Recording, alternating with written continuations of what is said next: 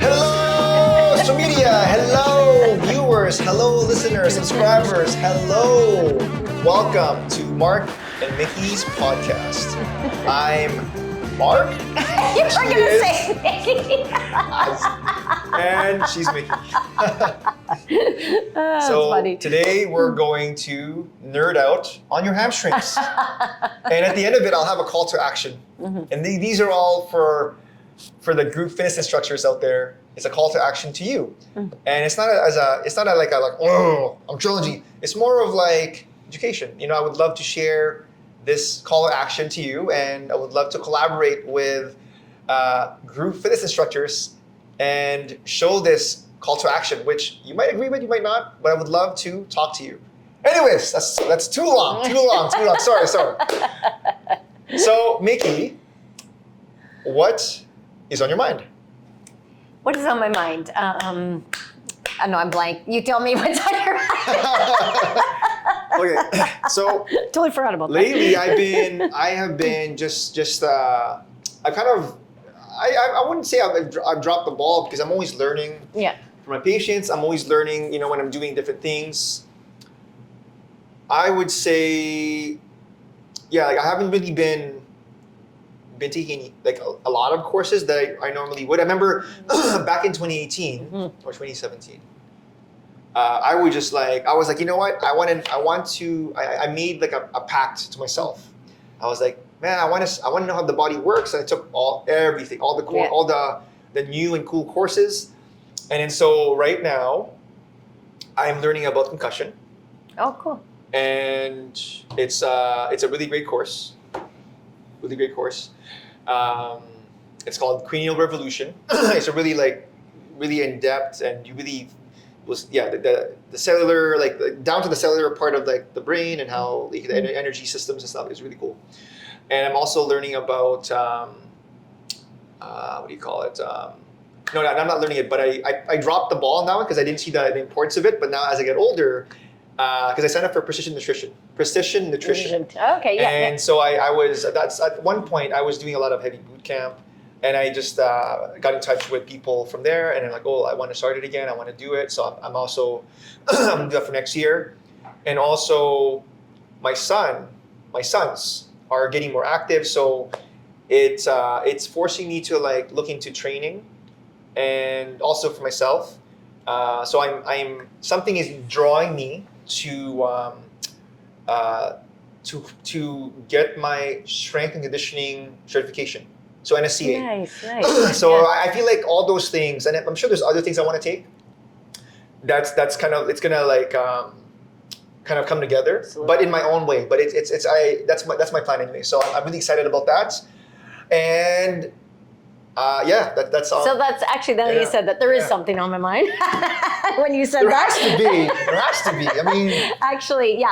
I so I have my women's health, and there's a couple things there that I picked up off what you said, and so I have my fertility, I have my pre and postnatal, and I have some menopause courses. So now I'm taking actually a very specialized menopause course. So I think that's going to really solidify that whole women's health in a nutshell. So I'm really excited about that, but also.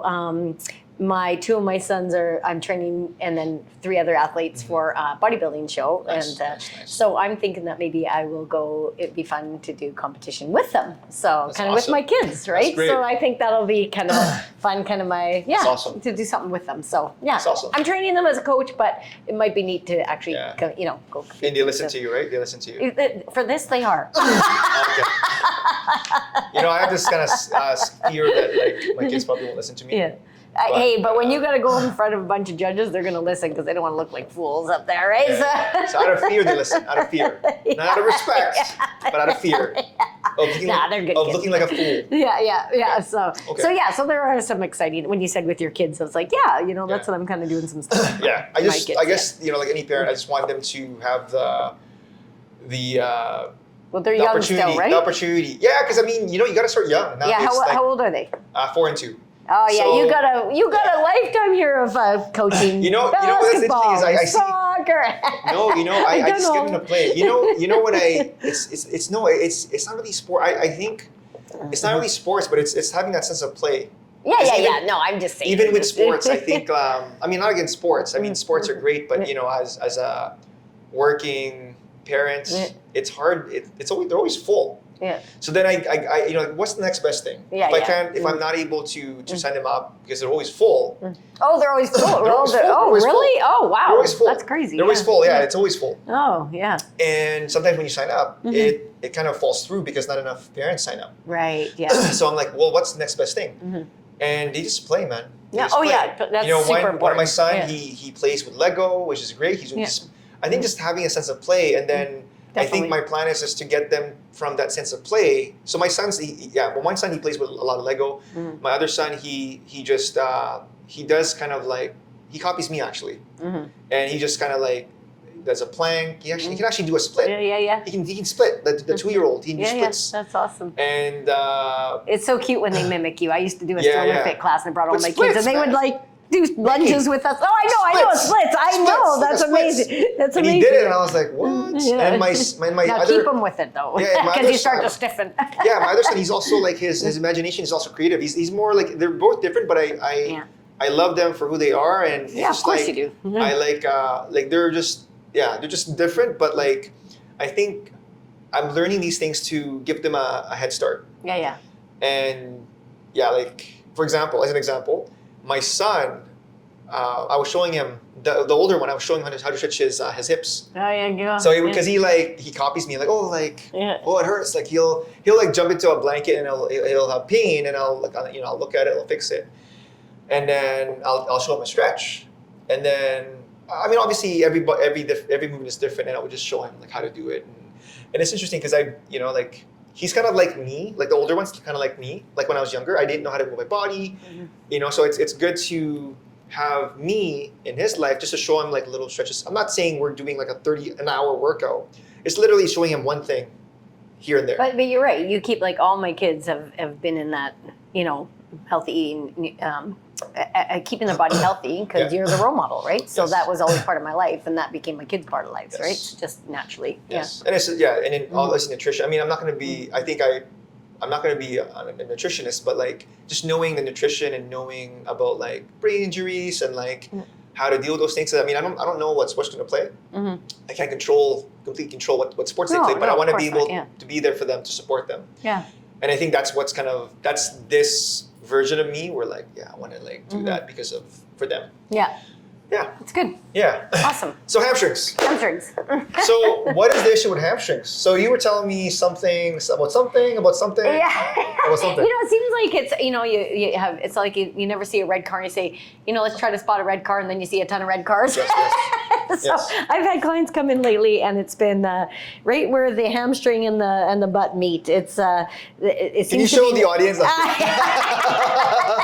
That's good. It's not that kind of Not show. appropriate. But it seems to be that it's a thing, and it's I'm seeing more and more of it. Tell me, Mark. Tell me why this is a problem. What's going on? Well, before we go, for viewers who don't know what your hamstring is, there's 3 parts to it. Yes, there is. Can you tell us?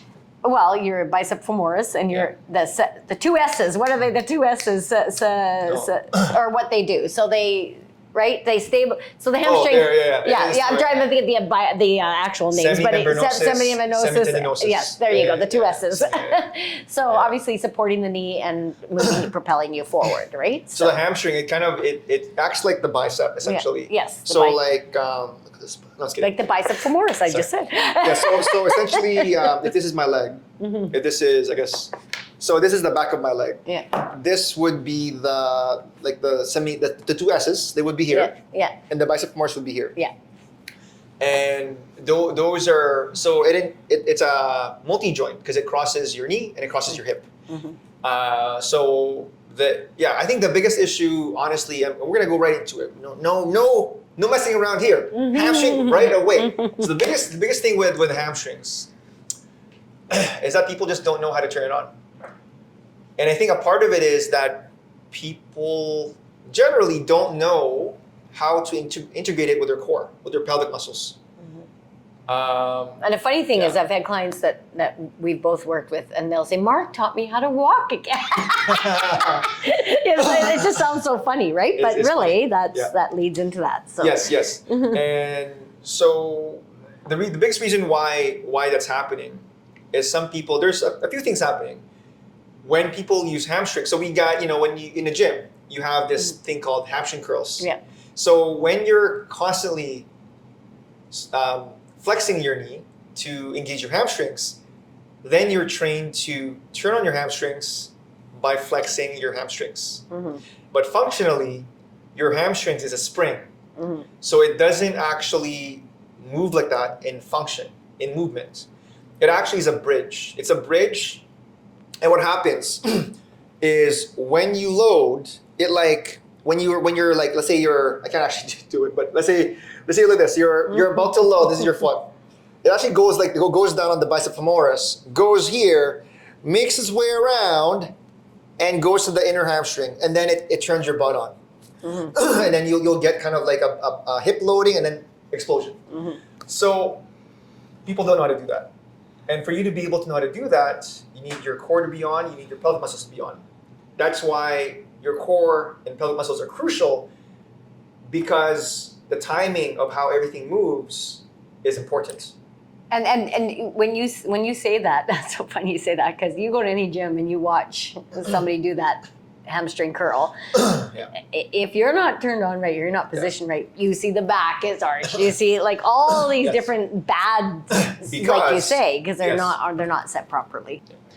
And so that's funny you mentioned that. So when your hamstring is like being squeezed like that, in that way, your knee also gets locked into a bent knee position. It does. Right? And so when your knee is tight, your neck's tight, low back's tight, also toes are tight, elbows tight as well. So sometimes it won't happen all at once, but it might migrate in that way, like in those areas, or close to those areas. Nothing is ever bad. So nothing is ever bad. So if you know how to turn your hamstring, so if you were to turn on your hamstring, and maybe we can do a gym session where we're taping and we're going over how do you actually work this machine properly to support your function. Because your knee has to be with the angle of the so you're turning right with the wheels, so you're not putting your knee at compromise. So there's a lot to it, those machines, more than you think. But nothing is ever bad. Nothing is ever bad. Those, when you know what component of movement you're working on. But it's bad if you're in the wrong position in that machine, because you're going to hurt yourself. So if you're squeezing your hamstring, then you can't can't access your hip. It's like not possible. It's impossible, and you're going to strain your knee. That's just how it is. That's just and so I think tell us about your clients. So usually when someone injures their hamstring, I ask them their history. So so your clients are women, right? But it seems to be more women that are coming through. I don't know. It's just like I said, the red car syndrome. All of a sudden, I'm getting these people who are coming through that are having these same injuries, and I'm like, why is this a thing all of a sudden, right? Like it just seems to be. So what I would if I was seeing a client like that, what I would say is, have you have any children? Do you have a C-section? Those are things that are important to hamstring function. Hamstring movement, hamstring function, for you to support you when you're playing sports, when you're working out. Though that's an important question for myself, and I'll explain in a little bit why. And also just past injuries. Sometimes there's past injuries that happen. Can I share something about you? Yeah. Perfect. So for Mikkie, we were kind of off air a little bit, and she was running, and I think for Mikkie it's actually funny because. She has clients who have pain in their kind of below their butt, like where the hamstring attaches, like it joins the butt. And I think it's a mixture of biomechanics, but also like her emotional stuff. I have been told I'm an empath. Yes. So she's definitely an empath. I believe so. And I think part of it is that like you want to feel like you're so like she's so like guys and it's just people, guys, gals. If you ever like just want to do a program, she is definitely someone who like who cares. And when you get someone who cares, sometimes they also feel what you feel. And then that's a good thing and a bad thing. I mean, bad thing for you, good thing for them. Yeah. And so you started feeling that thing. So biomechanically, so because you're an empath, you felt what they felt, and you felt pain there. But biomechanically, you had I do have things going on. you have things going on. So you have I much to. Because you also have kids. Yeah. So we were doing something. 4 so kids. yes. So for Mikkie, for example, she actually had some pelvic issues. So we kind of worked with her, like her trunk, to get those turned on. And she also broke her shin. So usually when you break your shin, when you're pushing off when you're landing, your bone has to bend in a certain way. And it's hard to see, but something you have to experience. But your bone has to actually bend in a certain angle, certain torsion. The force has to like cross that path for your body to feel stability. And if it doesn't feel that, then everything's going to be held by your knee, your quads, hip flexors, low back, you name it, your body's going to hold it there. And that's essentially like the issue with what you're asking me. Those are all the things: past injuries, pelvic issues, core issues. Those are probably the main thing. But when your hamstring fires beautifully, optimally, it is quite amazing. And I tell you, it really is quite amazing, because you'll just feel the spring. And I remember when I was younger, I was like, your hamstring's a spring? What are you talking about? But as I go in my journey of my full recovery to 100%, as I play basketball, I actually am able to find that spring, and it feels so good. Well, you even did, So like good. you're saying, off air. I've been in the business a long time too, but I've never thought of that spring mentality, like you're saying. Yeah. And Mark showed me, and it's neat. It's Yeah. okay, I get it, right? Yeah, There's yeah, that yeah. spring, like Yes. you were showing me. It is very Yeah. cool. And the thing is that when it's working, you don't have to think about it. You actually just feel it. Like you feel the tension. Because it all has to do with your posture. If you're so try this. If your posture is like this, and you like try to find your hamstring, you're not going to find it. So posture is also like also an issue. But posture is dictated by your pelvis muscles and your core muscles. So a lot of it also is like postural as well. But if you have good posture, I'm going to put that in air quotes, but without proper pelvic and core activation. Yeah. And I'm not saying like, and when I say pelvic active, like Kegeling, it's not like just doing it at the front or the back. It's like in all angles. And that's kind of like unique to what I do. But that's not to say that anything less than that is not worth it. It's still worth it, because you're still giving your body like stability. So to see a pelvic floor specialist, pelvic floor physio, pelvic floor specialist, like so anything that you can do to get that feedback in your body, it's helpful. Because any tension you can get to increase the timing is even better. Because you don't have to be 100%. That's my expectation for myself. But that's for me to learn about the body and the movement. But for some like someone else, maybe they want like 60% of their hamstring, 65%. What are their goals? And you just go back to goal setting. Yeah. So yeah. Yeah. So, but people may think, listening, like, what's the big deal with the hamstring? So the hamstring is like it supports your back though. Like it's you have to sit in it. Like there's like so if you're sitting. So since we are creatures where we're standing, there's always tension in our legs. So a safe, and I'm not talking about people who have like really tight hamstrings. So you can have tight hamstrings, but like be flexible. When you have your core on, things will rotate. And usually when you're trying to get this rotation, you have to do it in a way, and once again, we can do like a session, actually maybe a session where we're showing you, and as a sample, and how to validate what they're feeling, or if it works, is if they can turn the muscle on. Maybe that's what we'll do as maybe an idea for next podcast. So when you get those rotation, you'll actually feel all those muscles working. And I think that's I lost my train of thought. I thought it was potato actually. What was your question? What's the big deal with the hamstring? I said. Okay, thank you. Thank you. See, that's why I have Mickey, because I lose my train of thought. And I'm thinking about a lot of things. Okay, thank you. Now I'm back on track. Yeah.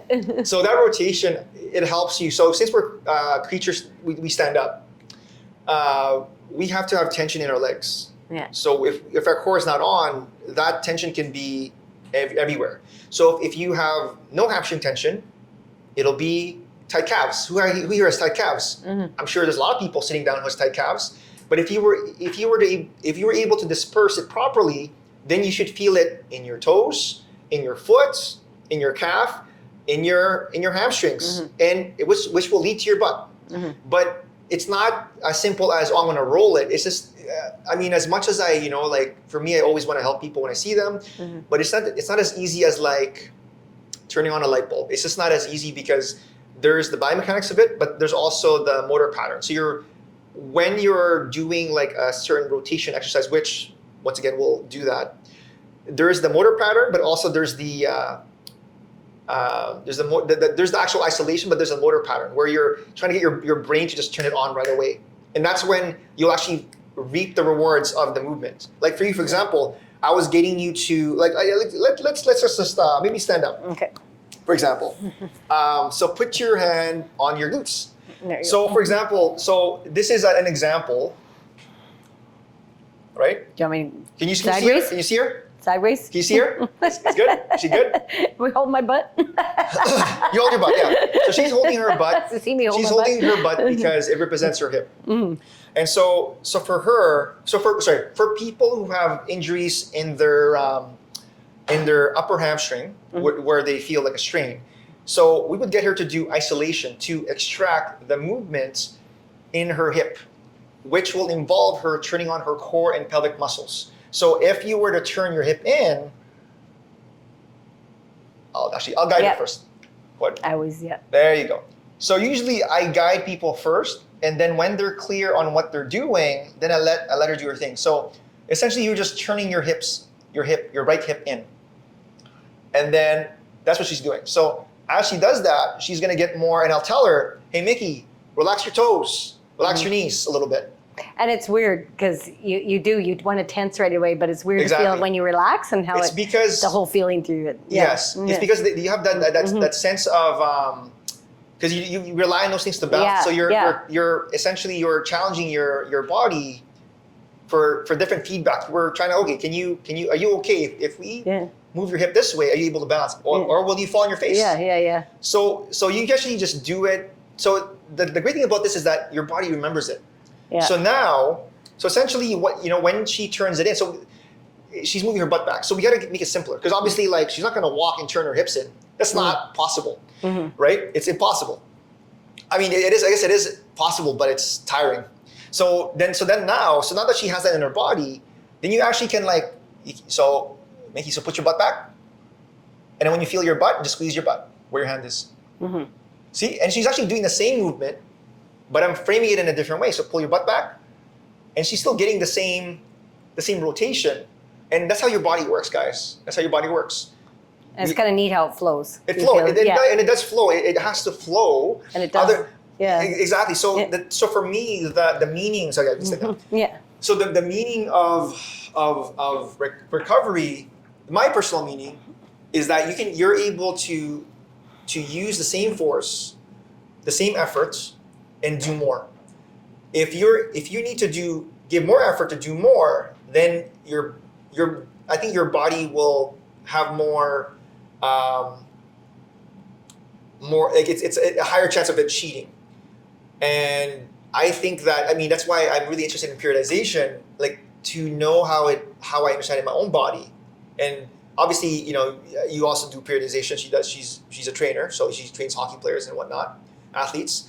But for me, I believe that us normal people can also periodize our training, because if you think about and this is going a little bit off topic, if you think about what do we do? If you sit a lot, so if you work in an office, you sit, you stand, and you type, right? So if you imagine that's an office athlete, you're an office athlete, right? Yeah. You're an office athlete. That's so funny. I've never heard of that. Office athlete. So Don't you're an like office athlete. So if you need to work on your posture, Yeah. and you need to work on your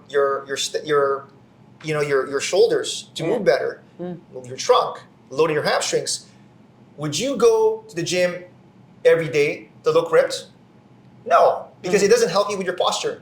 Is there a portion of your training where you can do that? Of course. But why? So this is kind of it's more of a challenge. This is on top of the call to action. Why is it that people always go to the gym 12 months in a year? Why isn't there like a variation of training? Why can't you do core maybe for 4 to 6 weeks? That's how periodization works. You go through the whole year and you figure out, okay, where is my body need to rest? Because maybe you don't work out at all. Maybe you just stretch and go for a walk.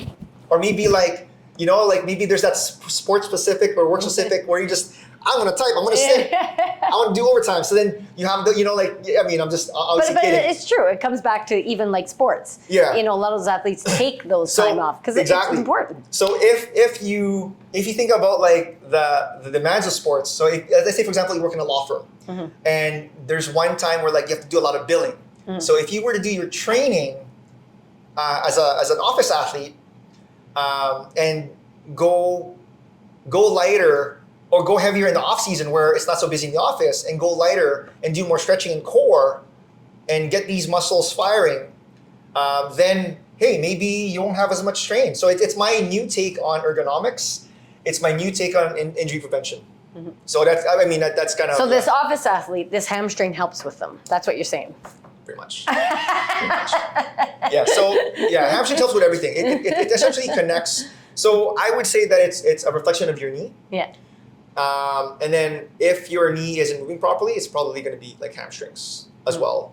But also if your hip, I guess it depends. It really depends, but I would say that the hamstring is a bridge. So if you need to use that hamstring to access your butt or your foot, you need that hamstring to like carry the tension over to your foot or to your hip, or maybe to both. It just depends on both. But I think sitting, walking, standing, it helps with everything. Yeah, sports is an easy example. Basketball. But getting up, not just sitting all day long. Yeah, getting up. Yeah. Because even if you're standing, so the sit-stand desk, I think that if you don't have your hamstring, if you're not loading on your hamstring, you're gonna strain your lower back. If you don't have your hamstring, you're actually minimizing, like you're not really getting a full glute squeeze. You're not getting like that, that full glute squeeze that actually like lessens the strain in your back. So we talked about this, and you did a little bit of this with me standing up, but you were saying a call to action to fitness instructor stuff. Now, why was that? Because that's later. Oh, that's later. That's later. Okay, I was going right to that. That's later. So anyway, Mikkie was telling me, we're off air earlier. She was telling me about, why are these people that's so active? Why are they injured? Because they're so active. Why are they injured? And then it brings like, so I know these two people, two dudes, and one, they both had like pelvic issues, and one was very active, and he was very like, oh, I'm gonna like make sure I'm active, and I'm going to do this. I'm gonna be proactive about my own health. And the other one was actually, not really like this kind of like lazy, like not lazy, but just like wasn't as active, wasn't going to the gym, wasn't very, didn't do a lot of extracurricular activities. And what happened was the more active one actually was worse off, and because of their hamstrings.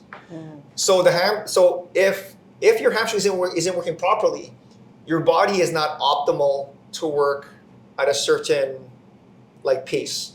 So if, let's say for example, you did dancing and your hamstring is not optimal, then you will end up maybe straining your back. If you're doing a lot of walking, you probably won't, like you'll get like tighter, like maybe tighter thighs or something, hip flexor tightness. Hip flexor. Which strains your low back. So there's a lot of, if you play golf, you'll probably most likely, if you don't have hamstrings, then you'll probably hurt your knee or something. Maybe like But if your body's resilient, maybe it'll put it to your foot. And then it'll then you'll get like foot like discomfort, like kind of weird thing with your foot.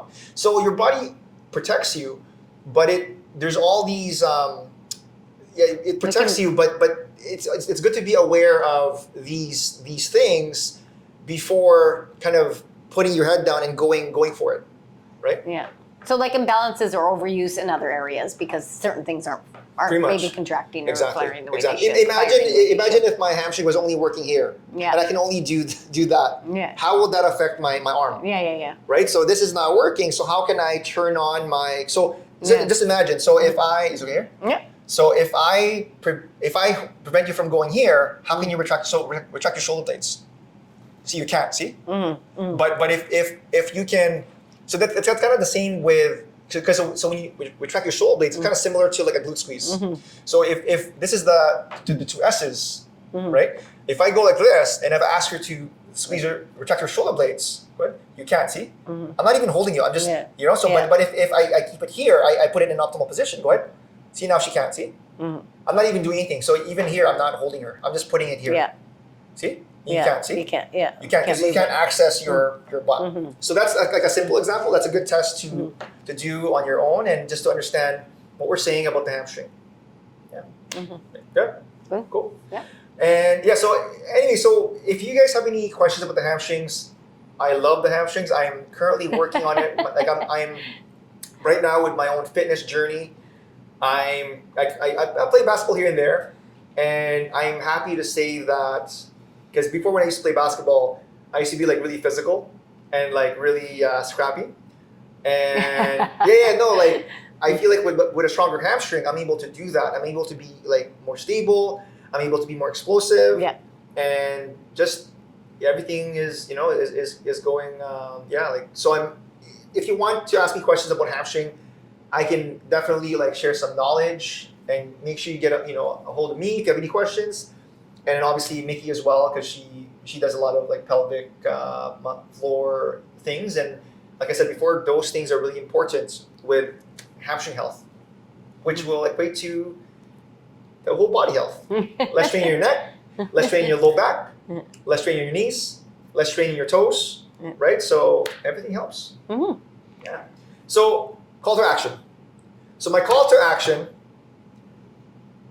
You know those classes called abs, butt, and thighs? What if, and so group fitness instructors, if you're listening, if you're watching this, I would love to talk to you. And maybe we can change it up. We can start a trend. We can start a revolution, a group fitness revolution. And we can make it butts, hips, and back thighs. What do you think about that? Right? Because if they have a strong hamstring, their butts and hips will be stronger.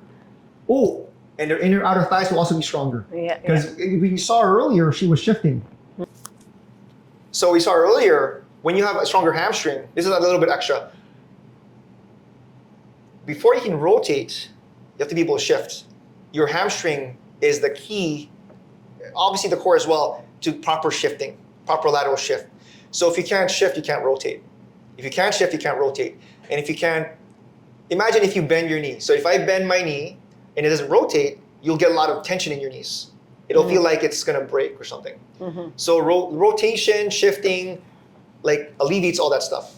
So hamstring, pelvic, core, I know I'm probably biased, but really, truly, it works. Okay, so Mark, you're telling these fitness instructors. I'm a fitness instructor. I do one of those classes. Now, group fitness. Yeah. So now, what the clients will want to know is it going to give them a better butt? That's all they care about. Okay. Does my butt look good? All right. So right now, my in-law. What am my in-laws? My in-law, like right now. So I was actually working with her like last night, and we were working on her core and stuff, right? And obviously, like women issues, right? Similar issues like you talked about. Yeah. And so she's actually getting a nicer butt. Yeah. I mean, I'm not going to say that, but nicer butt. I know. and also, when you have that proper butt activation, you'll actually get a natural bracing, so your stomach will go in. Yeah. And that means you're gonna poop more probably. right? Yeah. You're gonna poop more, Yeah. and then your probably your metabolism is gonna be affected. Can you attest to that? Is that true? Definitely. Oh, yeah. Okay, true. Yeah, okay, yeah. so from the holistic nutritionist, right? So you got to hear, right? So that's true. I'm not a nutritionist, but she is. Yeah. So she says it helps. So because really when your butt, so her butt is better. Yeah. And also her stomach's But you do, because you smaller. have the tone, because you're firing properly, right? Yeah. So the tone is Everything, the timing's perfect. Yeah. So when the timing's perfect, in closing, when the timing is and your body's perfect, your butt will be Perkier. impenetrable. Or is it impenetrable? Or, no, sorry. Oh, wait, sorry. No.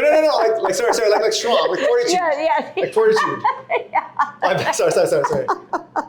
No, like That's fortitude. awesome. Your butt has have a fortitude, like so it'll be like tight. Yeah. And also,